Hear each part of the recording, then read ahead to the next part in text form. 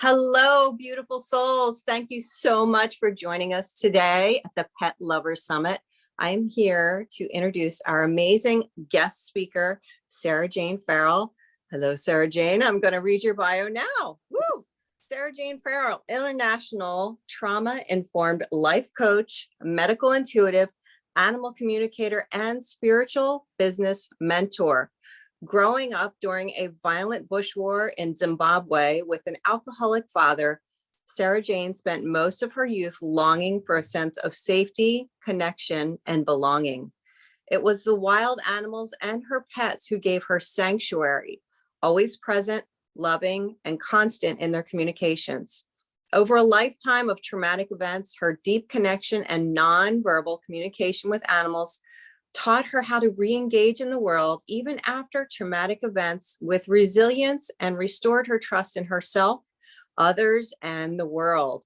She has dedicated her life to share what they continue to teach her, that when you learn to create your own safety with a flexible nervous system, you thrive. She believes that when you shift the relationship you have with your protector parts and acknowledge where you have come from and what is causing you pain, you become safely embodied no matter how challenging life gets. I love that. You can value your gifts and have meaningful, loving relationship with yourself and others. Sarah Jane, welcome, and thank you so much for being here today. Well, thank you for having me. It's always such a privilege to share what the animals have taught me about being a better human being. So I'm really grateful to be here. I love it. Wonderful. Yeah. I have a question actually from your bio. What are our protector parts?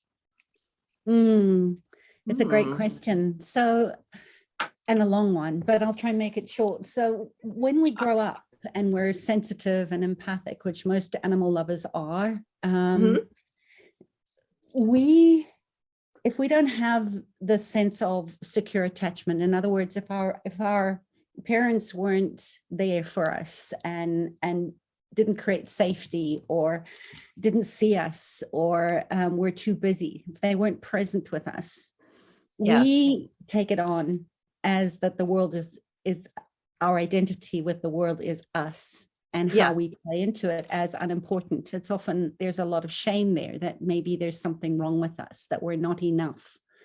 We start to gather this team of inner protectors.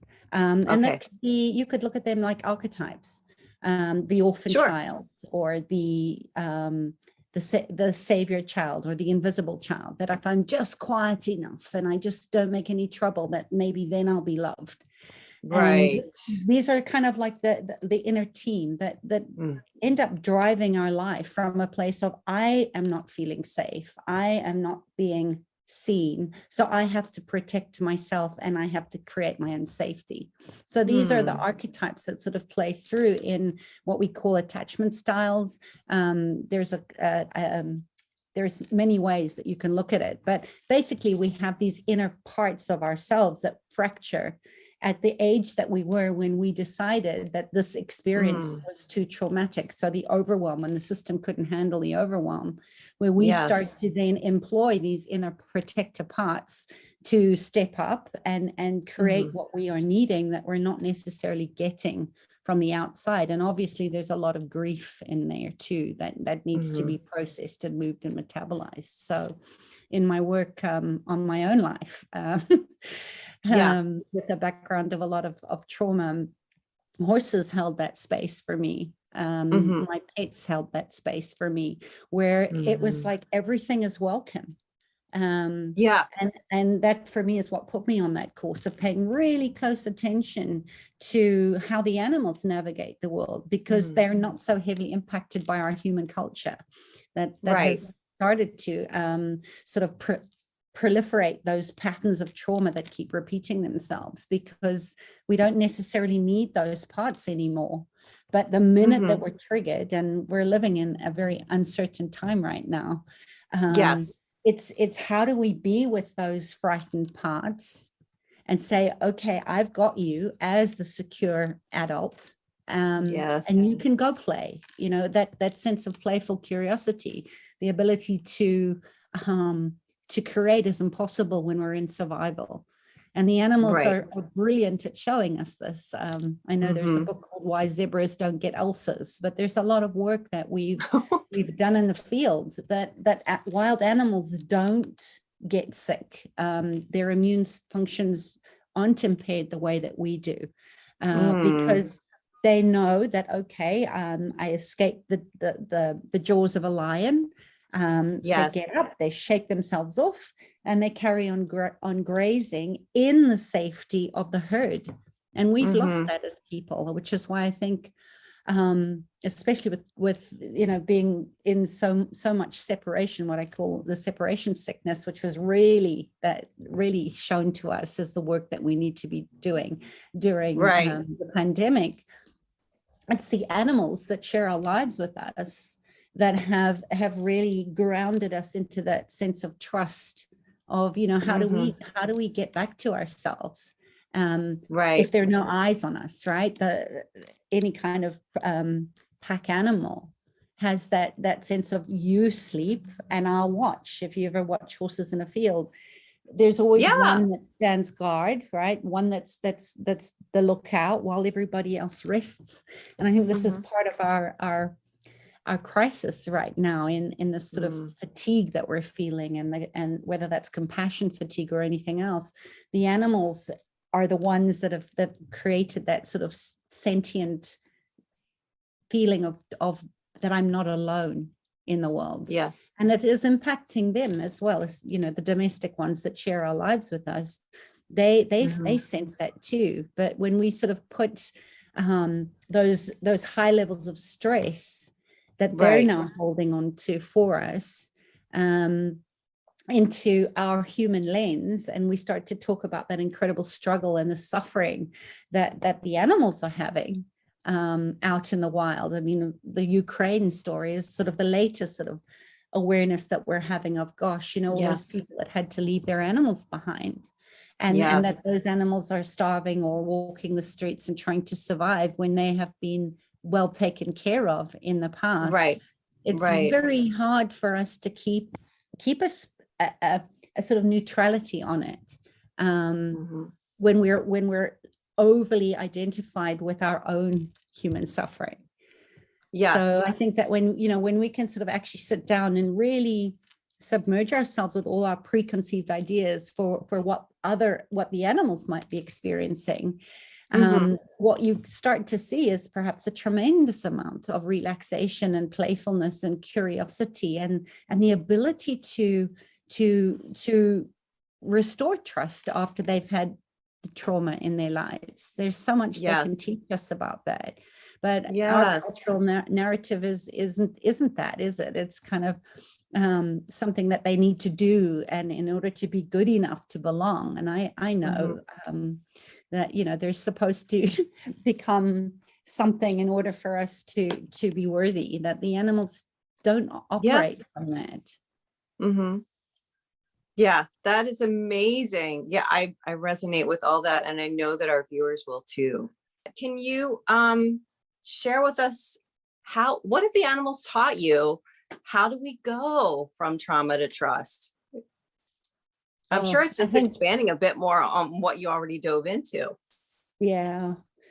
So I think one of the most important and profound lessons that the elephants, especially, I've been so privileged to be able to work with rhinos and elephants that have been orphaned in the tragedy of their own demise. That that they're willing to just show up and hold that space of self-love. They've already mastered unconditional love, but they never lie. I think that's the biggest one. Our physical bodies never lie to us, and we know that we're synthesizing information from one another all the time, and we process what's going on with one another. And when we are actually only taking in about 7% of the words that we're speaking, and the rest of it's 93% of it is nonverbal It's the body language, right? It's the tone of voice. It's the energy that we don't really know quite how to talk about it, and the feeling for what's going on. So for me, that's the biggest thing is how to be attuned, how to be listening to our own animal body, in a way that isn't dependent on what's going on around us. If that makes sense. It's that enmeshment, the codependency, that we don't quite know how to rewire patterns that we have, because we're trying to problem solve it from our minds rather than our body. Right. We need to, so I'm reiterating, I think we need to cultivate it within ourselves rather than externally try to solve it up here. It's down here in the heart and in the nervous system in the body. Absolutely. Because we're tribal creatures, but we're also animals. And because we're wired to survive, just like our animal companions, we kind of need a frontal lobotomy. We need to stop trying to think our way into feeling safe. We have to find a way to create safety inside our bodies. And this is where our animal companions are so helpful. When you look at them, if they're ill, you know it. They're not masking it, although a lot of animals do, right? Because that would be an instant death for them. But when they show up and they're in fear, you see the fear.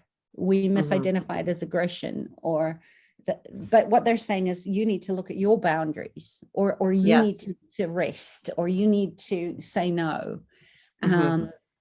And because we're trained not to listen to our intuitive senses. We're trained that if we're empathic or we're sensitive, that we need to be medicated, right? Because this isn't how the world works, that we are rewarded for problem solving. So we create more problems where there aren't any. Sometimes, a lot of times we do that as a way of getting attention. But animals just show up exactly as they are. And you know who they are, which is why I think they give us such a sense of safety and a sense of belonging, because all our parts are welcome. Yes. That totally makes sense to me. I'm just thinking about as my childhood. For me too, I just trusted animals way more than I trusted humans. And a lot of it had to do with what you're saying, like we lie to ourselves. We don't present ourselves in a way that's truthful. For example, if you ask many adults, how are you doing? They say, great. And they smile. And they're feeling so like sad and devastated inside, but they put on this facade. And as a child, I didn't know what that was, but I felt that difference and I didn't like it. But the animals, as you said, they're like, great day, or I'm tired, or whatever. So and not to hold on to the story, right? They don't hold on to the story. They let go. Like, okay, that was then and this is now, and I'm safe, and now I can carry on being myself. But we're always looking at correction, that it isn't arising from sort of an actual threat, that it's imagined. And where we've sort of lost touch with our intuitive spidey senses, our nervous systems. Spidey senses, love that. Then become inflexible, because we are operating from what do I need to be in order to be safe?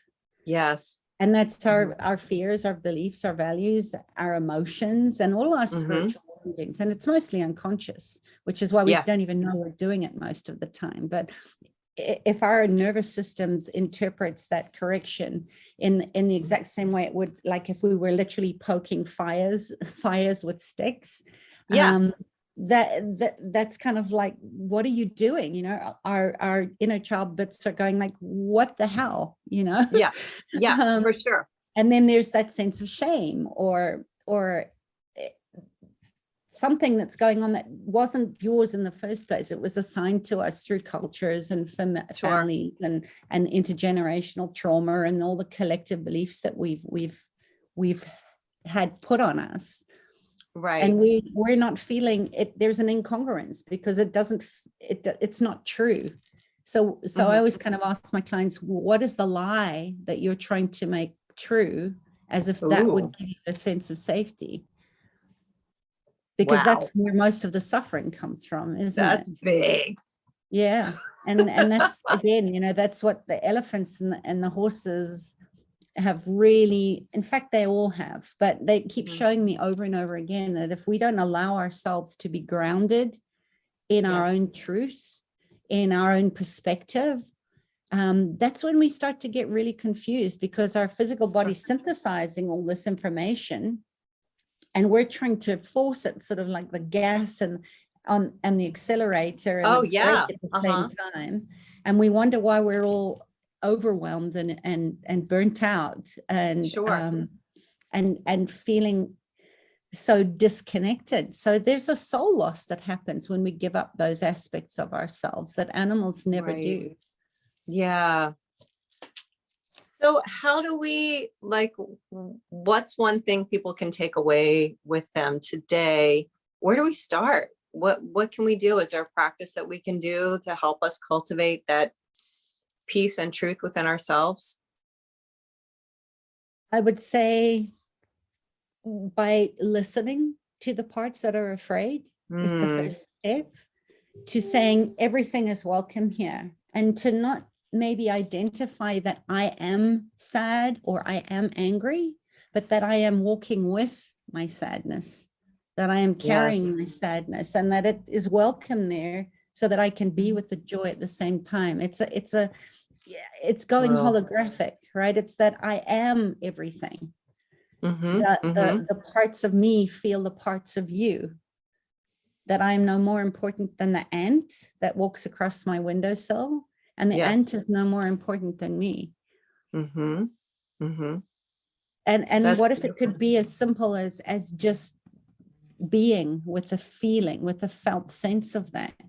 I think a lot of the blocked sensations then start to come to the foreground. And when we're sort of submerged into that environment of how do I create my safety, that I'm responding to my environment, firstly, my internal environment that's telling me I'm not safe, but then actually looking around and saying, is it true? Is it true? Orienting yourself to the room that you're sitting in and going, in this moment, I can be with this feeling and I'm safe. Because that way we start to get more capacity to hold the uncertainty. It's not going away. Right. It's not going away. So it's not about, trying to resist it or push it away, but more about settling in and relaxing into that, in the incremental moments of it, knowing you can't be happy all the time or sad all the time. For sure. That there is a pendulation between states, because you are so connected in with everything around you, but you are not a victim to it, that you have the power of choosing from one choice to another. So it's like live in 10-second increments of interesting point of view. Wow, I'm feeling this. I can be with this feeling. And that's a really interesting point of view when that conclusionary reality sort of shows up. Right. It's kind of that deepest level of that universal language of feeling. Feeling the heart of feeling that the animals are asking us to do this work with our traumatized hearts. So that they don't have to carry it for us. Yes, that's beautiful. I am so grateful for all the message that you brought with us today. I know there's so much more. There's so much more we could talk about. But I think you've really captured an amazing sense of some of the information that the animals brought through to you to help us embody our truth and feel safe. And that's amazing. Thank you so much. Oh, my absolute pleasure. Yeah, we could speak about this for the rest of our lives and still absolutely. know the mystery of of what they have to share with us. Yes, yes, I agree. There's so much more to learn, but it's a beautiful starting point, and I thank you so much for bringing that to us today. So, Sarah Jane, how can people find you? What is your website? Thank you. So they can find me at my name, sarahjanefarrell.com. Okay, and there's going to be a link below, you guys, so you can just click on it. And I understand you have 3 free gifts for the viewers today. Do you want to talk about that? I can't remember what I gave you, but I think a good place. I can tell you, and then we can. Yeah, sure. Universal biosignatures, attachment style, and the excerpt from your book. Okay, wonderful. So that sort of give you a wide sort of choice box of ways that you can work with this. I think one of the biggest places is when people start to hear about the work that I do, is we have to understand where we've come from in order to be here, be present with what it is. So the attachment style quiz is just a really easy way for you to get to understand some of these protector parts and your primary adaptation. I call them survival patterns of adaptation because they kept you alive and they were ingenious in keeping you alive when you were a child. But they may be blocking you from completing or following through or doing anything because the fear comes up, and then that little kid inside of you pulls you back to what's safe. So that's a great way that you can start to understand where you've come from and get curious about how you're going to be going forward. Nice. And I have a dosha quiz as well, which is the animal one, where you can see your compatibility with your animals. But all of them kind of give you the same route, right? Back to how these amazing creatures come in with their own soul contracts to have their own experiences and to be your teachers and guides with you in this lifetime. So that's quite fun to do because we want the curiosity and the playfulness and that they are offering us to look at our wounds without making ourselves wrong. And then the biogeometry, I included that because right now with all the overwhelm, there is a lot of things that need to be physically done, right? We have to take aligned action. And this is one of those beautiful pieces of ancient technology that I practice in my work. It's been around since the Egyptian times, and it is a combination of what we call qualitative, energetic, balancing symbols. That were created by a man called Dr. Ibrahim Karim, who I studied with. But basically, you're going to see a mat, something that looks like a mat with resonators. So it's got these little resonators on the end of it, which is like an amplifier. And in the inside are all these hundreds of different biosignatures that I specifically created them for people right now. And you don't have to do anything, but they're just trust, set the intention that these are going to support your body in balancing and protecting you from 5G, the 5G, all the psychic viruses that are coming to us from the media and from our environments. And people can use those in different ways. So I suggest you just print it out, put it underneath your mattress and let it do its work, or where you're all day. Just looking at it, you're going to impregnate your body's cellular memory to recognize those symbols and work with the body. So it's just a wonderful way to work with it. Some people say that the energies are really, really strong, that it keeps them up all night. So if you kind of feel like, gosh, it's a little bit too intense, you can move them away if it's too much for you to be actually under your bed. And another fun way to do that, because the animals just say, why don't you play is creativity, is if you are particularly drawn to one of the symbols or two of the symbols on that mat, trace it off and just gaze at it or look at it or put it on your computer screen, and it will work its magic on you. Oh my gosh, that's amazing. Yeah. Okay. And then the other one is, because grief is such a big missing piece, I think, in work, because we're kind of live in a death phobic society. I wrote a book that actually covers all types of grief and how to carry your grief alongside your joy and be able to connect with your pets if they have passed, or people in spirit. And so it is a book specifically for pet lovers, but it works. And with what's all the name of the kinds book? Grief. It's called Until We Meet Again. Love it. Until We Meet Again, how to carry your grief after pet loss and connect with them in the afterlife.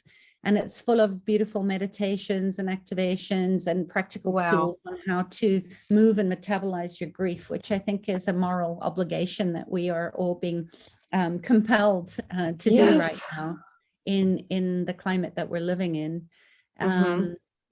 To really go down, to go down in the dark descent which we are in, to process this together, if we're going to change anything in the world. So there's an excerpt from the book there that it gives people a taste of how we can start to move our grief together, as a missing piece, I think, of healing. That's beautiful. So all of those three free gifts, you guys, are also down below, available for you right now. A gift to you from Sarah Jane Farrell. Sarah Jane, thank you so much for being part of the Pet Lover Summit and for sharing all this amazing information with us today. We can truly feel your heart and your gifts, and I truly appreciate you. Thank you so much for being here today. My absolute pleasure. Thank you.